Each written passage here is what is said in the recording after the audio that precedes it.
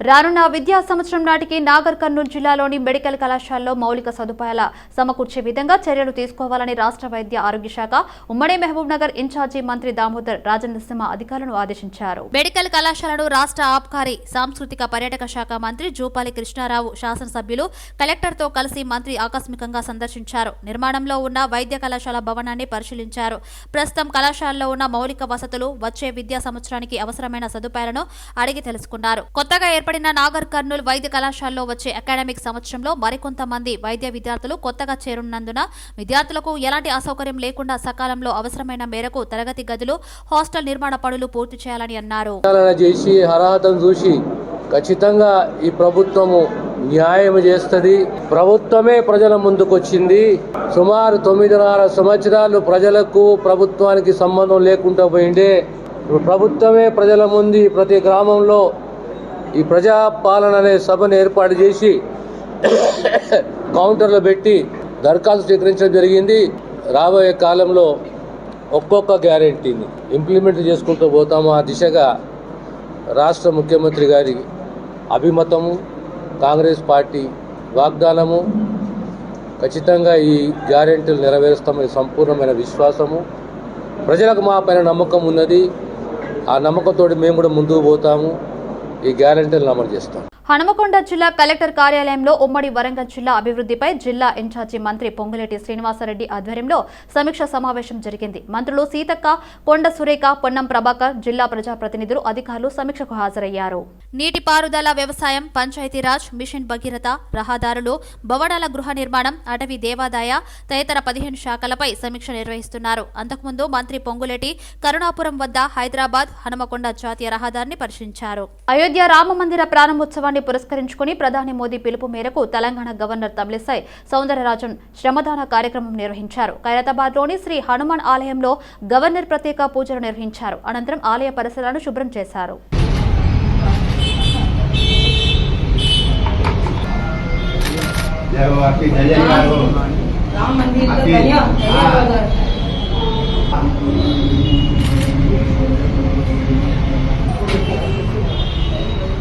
లండన్లో సీఎం రేవంత్ రెడ్డి చేసిన వ్యాఖ్యలపై బీఆర్ఎస్ కార్యనిర్వాహక అధ్యక్షుడు కేటీఆర్ స్పందించారు. లోక్సభ సన్నాహక సమావేశంలో భాగంగా తెలంగాణ భవన్లో హైదరాబాద్, సికింద్రాబాద్ నియోజకవర్గాల నేతలతో ఆయన సమావేశమయ్యారు. శాసనసభ ఎన్నికలపై సమీక్షించడంతో పాటు సార్వత్రిక ఎన్నికల కార్యాచరణపై చర్చించారు. నేతల నుంచి అభిప్రాయాలు, సూచనలు స్వీకరించారు. రేవంత్ వంటి వారిని బీఆర్ఎస్ తన ప్రస్థానంలో ఎంతో మందిని చూపించిందని, 25 ఏళ్లుగా నిలబడి అలాంటి ఎందరినో మట్టి కరిపించిందన్నారు. బీఆర్ఎస్ ను 100 మీటర్ల లోపల పాత పెట్టడం కాదు, ముందు 100 రోజుల్లో నెరవేరుస్తామన్న హామీలను నెరవేర్చని హితవు పలికారు. లోక్సభ ఎన్నికల తర్వాత కాంగ్రెస్, బీజేపీ కలిసిపోతాయని జోసెం చెప్పారు. రేవంత్ రెడ్డి కాంగ్రెస్ లో ఏక్నాథ్ షిందేగా మారుతారని, ఆయన రక్తమంతా బీజేపీదేనని విమర్శించారు. ప్రతి మహిళకు నెలకు 2,500 రూపాయలను కాంగ్రెస్ ప్రభుత్వం వెంటనే ఇవ్వాలి, హామీలు అమలు చేయకుంటే వదిలిపెట్టేది లేదని హెచ్చరించారు. 50 రోజుల పాలనలో ఎంతో మంది ఆత్మహత్యలు చేసుకున్నారని అన్నారు. తెలంగాణ ప్రయోజనాల కోసం బీఆర్ఎస్ ఎప్పుడు పోరాడుతూనే ఉంటుందని మాజీ మంత్రి నిరంజన్ రెడ్డి అన్నారు. తెలంగాణ ఏర్పడిందే నీళ్ల కోసమని చెప్పారు. రాష్ట్ర ప్రయోజనాల విషయంలో తామెప్పుడు రాజీ పడలేదని తెలిపారు. నీళ్ల విషయంలో తెలంగాణకు శాశ్వత ప్రయోజనాలు కలగాలని వెల్లడించారు. తెలంగాణ భవన్లో ఎమ్మెల్యే కాలేరు వెంకటేష్, పార్టీ నాయకుడు గెల్లు శ్రీనివాస్తో కలిసి ఆయన మీడియాతో మాట్లాడారు. కృష్ణా జలాల కోసం కేసీఆర్ ఎప్పుడు పోరాడలేదనేది అవాస్తవమన్నారు. కేంద్ర షరతులకు రాష్ట్ర ప్రభుత్వం ఎందుకు ఒప్పుకున్నదని ప్రశ్నించారు. కేఆర్ఎంబీ పరిధిలోకి వచ్చేందుకు తెలుగు రాష్ట్రాలు ఒప్పుకున్నాయని కేంద్రం చెబుతున్నదని తెలిపారు. ఉమ్మడి ప్రాజెక్టులను కేఆర్ఎంబీ నిర్వహిస్తే తెలంగాణకు తీవ్ర అన్యాయం జరుగుతుందన్నారు. తెలంగాణ తెచ్చుకున్న లక్ష్యాలు నెరవేరకపోగా నష్టం జరిగే అవకాశం ఉందన్నారు. కేఆర్ఎంబీ పరిధిలోకి శ్రీశైలం, నాగార్జున సాగర్ ప్రాజెక్టులను తీసుకెళ్లడం సరికాదని సూచించారు. రాష్ట్ర ప్రభుత్వ తీరును తీవ్రంగా ఖండిస్తున్నామన్నారు. ప్రాజెక్టుల విషయంలో మంత్రుల ప్రకటన ఆశ్చర్యం కలిగిస్తున్నదని విమర్శించారు. రాష్ట్ర ప్రయోజనాలను ప్రభుత్వం కేంద్రానికి తాకట్టు పెట్టిందని ఆగ్రహం వ్యక్తం చేశారు. శ్రీశైలం, సాగర్లను కేఆర్ఎంబీకి అప్పగిస్తే నిర్మాణం కావాల్సిన ప్రాజెక్టులపై తీవ్ర ప్రభావం పడుతుందని చెప్పారు. జల విద్యుత్ ఉత్పత్తికి తీవ్ర ఇబ్బందులు తప్పవని, ప్రతి విషయంలో కేంద్రంపై ఆధారపడాల్సి వస్తుందన్నారు. అందువల్ల రాష్ట్ర ప్రయోజనాలను కాపాడే బాధ్యత ప్రభుత్వంపై ఉందని వెల్లడించారు. ఆంధ్ర ప్రయోజనాలను నెరవేర్చే ప్రయత్నం చేస్తున్నారని ఆరోపించారు. ప్రతిపాదన ముందుకు తీసుకొని వస్తే కేంద్ర విభజన చట్టం ఆనాడు తెలంగాణ రాష్ట్ర ఏర్పాటు కోసం ఆనాడు ఉద్దేశించినటువంటి ఆంధ్రప్రదేశ్ రాష్ట్ర పునర్వ్యవస్థీకరణ చట్టంలో పొందుపరిచినటువంటి విధంగా నీటిపారుదలకు సంబంధించినటువంటి అంశాల్లో మన రాష్ట్రానికి ఉండేటువంటి మనం లేవనెత్తవలసినటువంటి అంశాన్ని ఆనాడు నీటి వాటా తేల్చే వరకు ఖచ్చితంగా ఇది అపెక్స్ కౌన్సిల్కి రెఫర్ చేయండి తప్ప కేఆర్ఎంబి పరిధిలోకి తీసుకురావద్దు అని చెప్పి ఆనాడు మనం డిమాండ్ చేసినాం. చాలా గట్టిగా ప్రొటెస్ట్ చేయడం జరిగింది ఆనాడు కేసీఆర్ గారు. ఆ తర్వాత అనేక సందర్భాల్లో కూడా మన రాష్ట్ర ప్రభుత్వం తరఫున మన వాదనను గట్టిగా వినిపించడమే కాక మనం ససేమిరా అంగీకరించలేదు. ఎగువన మనం ఉన్నాం, దిగువన ఆంధ్రప్రదేశ్ రాష్ట్రం ఉంది. నీటి పంపకం రెండు రాష్ట్రాల మధ్య సంపూర్ణంగా జరిగేదాకా కేంద్రం ఏదైతే అడాక్ బేసిస్ మీద వాళ్ళైతే నిష్పత్తిని ప్రతిపాదించి ఇచ్చినారో తాత్కాలిక నిష్పత్తి మీద వాడకం, ఆ నిష్పత్తికి లోబడే ఆయా ప్రాజెక్టుల నీటి వాడకం జరుగుతూ ఉంది. కానీ ఆంధ్రప్రదేశ్ ప్రభుత్వం తరచుగా అప్పటి నుంచి కూడా చంద్రబాబు నాయుడు గారు ఆనాడు తెలుగుదేశం ప్రభుత్వం ఉన్నప్పుడు ఆంధ్రప్రదేశ్లో ఆ రోజు వారికి ఎన్డీఏతో ఉండేటువంటి భాగస్వామ్యం మరియు సత్సంబంధాల కారణంగా అదివరకే సీలేరు ప్రాజెక్టును వాళ్ళు తీసేసుకోవడం, మనకు సంబంధించిన ఖమ్మం 7 మండలాలని తీసేసుకోవడం, ఇవి ఆనాడు కేంద్ర ప్రభుత్వంతో వాళ్ళకు ఉండేటువంటి రాజకీయ సత్సంబంధాల కారణంగా, రాజకీయ అనివార్యతల కారణంగా ఆ రోజు ఆ రకంగా తెలంగాణకు అన్యాయం చేసినారు. సీఎం రేవంత్ రెడ్డి దావోస్ పర్యటన కొండను తవ్వి ఎలుకను పట్టినట్టుందని బీఆర్ఎస్ హైదరాబాద్ ఇన్ఛార్జ్ దాసోజు శ్రావణ్ అన్నారు. అబద్దాల పునాదుల మీద రేవంత్ రాజకీయం చేస్తున్నారని మండిపడ్డారు. అహంకారమే ఆభరణంగా రేవంత్ పనిచేస్తున్నారని ధ్వజమెత్తారు. కనీసం దావోస్లోనైనా రేవంత్ చిల్లరగా వ్యవహరించడం మానేలేదని ఎద్దేవా చేశారు. సీఎం అయ్యాక కూడా రేవంత్ చిల్లర ధోరణి మారడం లేదని విమర్శించారు. రాజకీయానికి వేదిక దావోస్ పర్యటనను వాడుకున్నారన్నారు. రాష్ట్ర ప్రతిష్టను పెంచుకోవడం కంటే కూడా వ్యక్తిగత ప్రతిష్ట పెంచుకోవడానికి రేవంత్ తాపత్రయపడుతున్నారని దుయ్యబడ్డారు. దుర్మార్గమైనటువంటి ఒక వైఖరిని వాళ్ళ ఆఖరికి అంతర్జాతీయ వేదిక అయినటువంటి ఒక దావోస్లో కూడా అటువంటి ఒక చిల్లర ప్రయత్నం చేసిండ్రు. దాన్ని తెలంగాణ సమాజం అర్థం చేసుకోవాలని చెప్పని కోరుకుంటూ రేవంత్ రెడ్డి గారు ఇవాళ ఆయన ఒక వ్యక్తి కాదు, ఆయన ఒక పెద్ద శక్తి.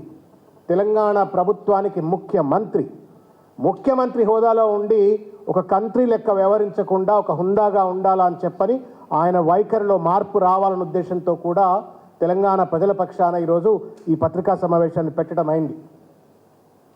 దావోస్కు వెళ్ళినప్పుడు గతంలో కూడా ఉన్నటువంటి మంత్రులు, ముఖ్యంగా ఈ 10 సంవత్సరాల కాలంలో అయితే మనం కేటీఆర్ గారిని చూసినాం. గతంలో అంతకుముందు అయినటువంటి ఒక అనేక పెట్టుబడుల నేషనల్ ఇంటర్నేషనల్ సమ్మిట్లో ఆయా ప్రభుత్వాలకు సంబంధించిన ప్రతినిధులు, మంత్రులు పోతారు, వస్తారు. పోయినప్పుడు పెట్టుబడులు తీసుకొస్తారు, దాన్ని రాష్ట్ర అభివృద్ధి కోసం, దేశ అభివృద్ధి కోసం తోడ్పాటు ఉండే విధంగా, ప్రయోజనకారిగా ఉండే విధంగా పనులు చేపడతారు. అటువంటి యొక్క వేదికలపైకి పోయినప్పుడు రాష్ట్రం యొక్క కానీ దేశం యొక్క కానీ ఇమేజ్ పెరగాల, గౌరవం పెరగాల, పెట్టుబడిదారులకు ఒక భరోసా, ఒక నమ్మకం కలిగించే విధంగా వ్యవహరించవలసిన ఒక బాధ్యత ప్రభుత్వ ప్రతినిధులుగా వెళ్ళిన ముఖ్యమంత్రి కావచ్చు, మంత్రి కావచ్చు, ఎవరిపైనా ఉంటుంది. కానీ దానికి భిన్నంగా అబద్ధాల పునాదుల మీద రేవంత్ రెడ్డి గారు అక్కడ రాజకీయానికి వేదికగా దాన్ని వాడుకున్నారు. దాన్ని తీవ్రంగా ఖండిస్తూ ఇవాళ ఈ పత్రికా సమావేశాన్ని పెట్టడం అయింది. కొత్తగా ఏర్పడిన కాంగ్రెస్ ప్రభుత్వానికి పాలన విషయంలో దశదిశ లేదన్నారు భారతీయ జనతా పార్టీ రాష్ట్ర ప్రధాన కార్యదర్శి కాసం వెంకటేశ్వర్లు. అధికారంలోకి వచ్చి పదవుల మోసులో రాజకీయం చేద్దామనే ఆలోచనలో కాంగ్రెస్ ప్రభుత్వం ఉన్నట్లుగా కనిపిస్తుందని మండిపడ్డారు. కాళేశ్వరం ప్రాజెక్టు విషయంలో నేటి ముఖ్యమంత్రి రేవంత్ రెడ్డి నాడు ఇష్టానుసారంగా మాట్లాడారని ఆరోపించారు. కాళేశ్వరం ప్రాజెక్టు అవినీతి విషయంలో సీబీఐకి లేఖ రాశానని, దమ్ముంటే విచారణ జరిపించాలని డిమాండ్ చేశారు. రాజ్యాంగ విధులు నిర్వహిస్తానని ప్రమాణం చేసి ముఖ్యమంత్రి కాగానే ఆ విషయం మర్చిపోయి సీబీఐ ఎంక్వైరీకి కోరకుండా జ్యుడిషియల్ ఎంక్వైరీ పేరుతో కాలయాపన చేస్తున్నారని దుయ్యబడ్డారు. కాళేశ్వరం ప్రాజెక్టు, సీతారామ ప్రాజెక్టులో అవినీతి విషయంలో న్యాయ విచారణ కోసం లిఖితపూర్వక హామీ ఇవ్వాలన్నారు. కాంగ్రెస్ అంటేనే ఇచ్చిన ఆ మాటను నిలబెట్టుకోకుండా ప్రజా సమస్యలను గాలి కొదిలేయడం సరికాదన్నారు. అసలు కేంద్ర ప్రభుత్వం రాష్ట్ర ప్రభుత్వాల మధ్య ఎలాంటి రిలేషన్స్ ఉంటాయని తెలిసి కూడా మాట్లాడిండా, తెలియకుండా మాట్లాడిండా, లేఖ రాసిండా అది మనకు తెలియదు. కానీ రాజ్యాంగ విధులు నిర్వహిస్తారని చెప్పేసి ప్రమాణం చేసి ముఖ్యమంత్రి కాగానే అది మర్చిపోయి నేను సిబిఐకి ఇయ్యను, జ్యుడిషియల్ ఎంక్వైరీ చేస్తామని చెప్పేసి ఇవాళ కాలయాపన చేసే ప్రయత్నం చేస్తా ఉన్నాం. ఎవరిని రక్షించడం కోసం, తర్వాత ఈ జ్యుడిషియల్ ఎంక్వైరీ కూడా మేడిగడ్డ మీదనే, కాళేశ్వరం మొత్తం ప్రాజెక్టు మీద చేస్తలేడు. కాంట్రాక్టర్లను రక్షించడం కోసమా, రాష్ట్ర ప్రభుత్వాన్ని అంటే అంతకుముందుకున్నటువంటి ఒక కుటుంబాన్ని, కేసీఆర్ కుటుంబాన్ని రక్షించడం కోసమా? దీని మతలబ్ ఏందో చెప్పాలని చెప్పేసి మేము డిమాండ్ చేస్తా ఉన్నాం. తర్వాత వచ్చినటువంటి ఇబ్బంది ఏంది సిబిఐకి ఇవ్వడం వల్ల?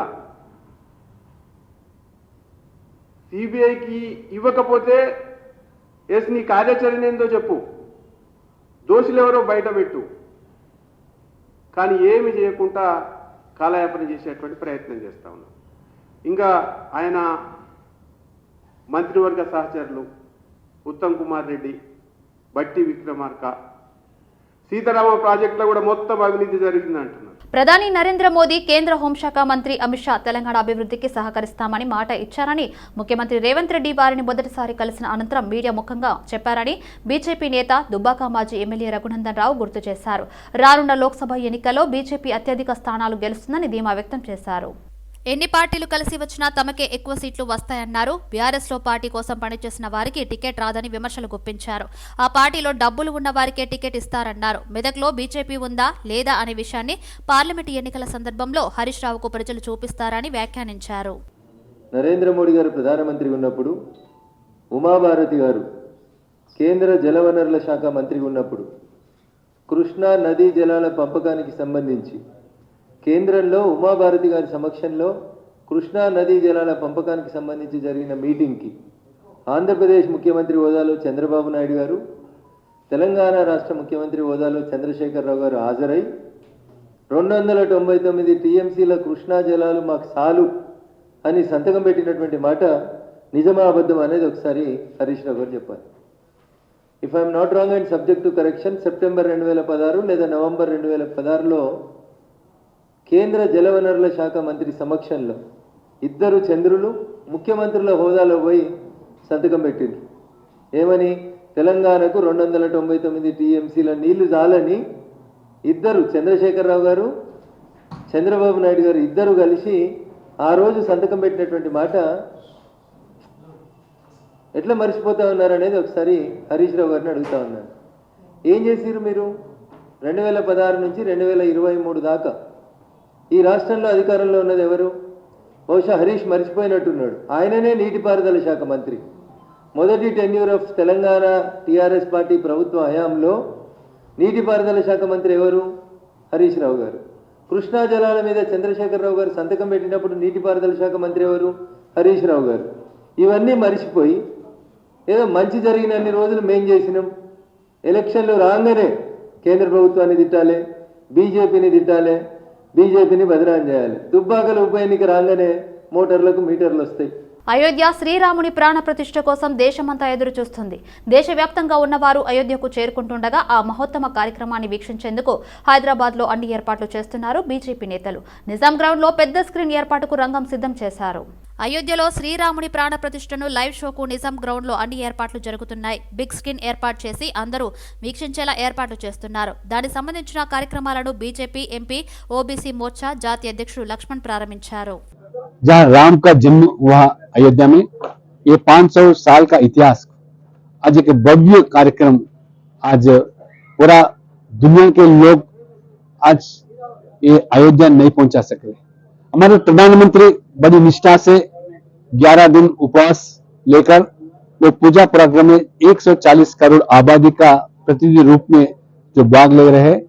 आज पूरे भक्त जितने भी है वो भी शामिल होना चाहते हैं, मगर वो संभव नहीं. इसलिए मैं एक संसद के नाते, हैदराबाद मूलवासी के नाते, जहां मैं उत्तर प्रदेश से राज्यसभा संसद चुन के आया हूं, मेरा दायित्व बनता कि हमारे भक्तजनों के लिए ये कार्यक्रम यहाँ आयोजित किया गया, ताकि यहाँ सीधा जहाँ अयोध्या के अंदर रामलला का जो प्राण प्रतिष्ठा कार्यक्रम, जो पूजा कार्यक्रम होने वाले, यहाँ उसमें भाग ले सके और सीधा और वो देख सके. उसके अलावा अनेक भक्तिपूर्वक कार्यक्रम, यहाँ भजन हो, प्रवचन हो, यहाँ पे सुबह 10 बजे लेकर 2 बजे तक ये कार्यक्रम आयोजित किया गया. बाद में सभी भक्तों को प्रसाद भी वितरण किया जा रहा है. मैं सभी लोगों को मैं आह्वान करता हूँ कि आए, भाग लो और ये भव्य और सुंदर राम मंदिर का जो लोगों का सपना था आज साकार होगा। मैं सभी के लोगों से हमारे सरकार मोदी जी का सरकार को भी बधाई और शुभकामनाएं देता हूँ। ఎమ్మెల్యే రాజాసింగ్ కు బెదిరింపుల కేసులో పురోగతి వచ్చింది. గత కొంతకాలం నుంచి రాజాసింగ్ కు బెదిరింపు కాల్స్ వచ్చిన సంగతి తెలిసిందే. బెదిరింపు కాల్స్ పై చర్యలు తీసుకోవాలంటూ పోలీసులకు ఫిర్యాదు చేశారు రాజాసింగ్. రాజాసింగ్ కి బెదిరింపు కాల్స్ చేస్తున్న వారిని గుర్తించారు సైబర్ క్రైమ్ పోలీసులు. కువైట్లో మకం వేసిన మహమ్మద్ కాసిమే నిందితుడిగా గుర్తించారు పోలీసులు. 14 ఏళ్లుగా కువైట్లో ఉంటున్నాడు మహమ్మద్ కాసిం.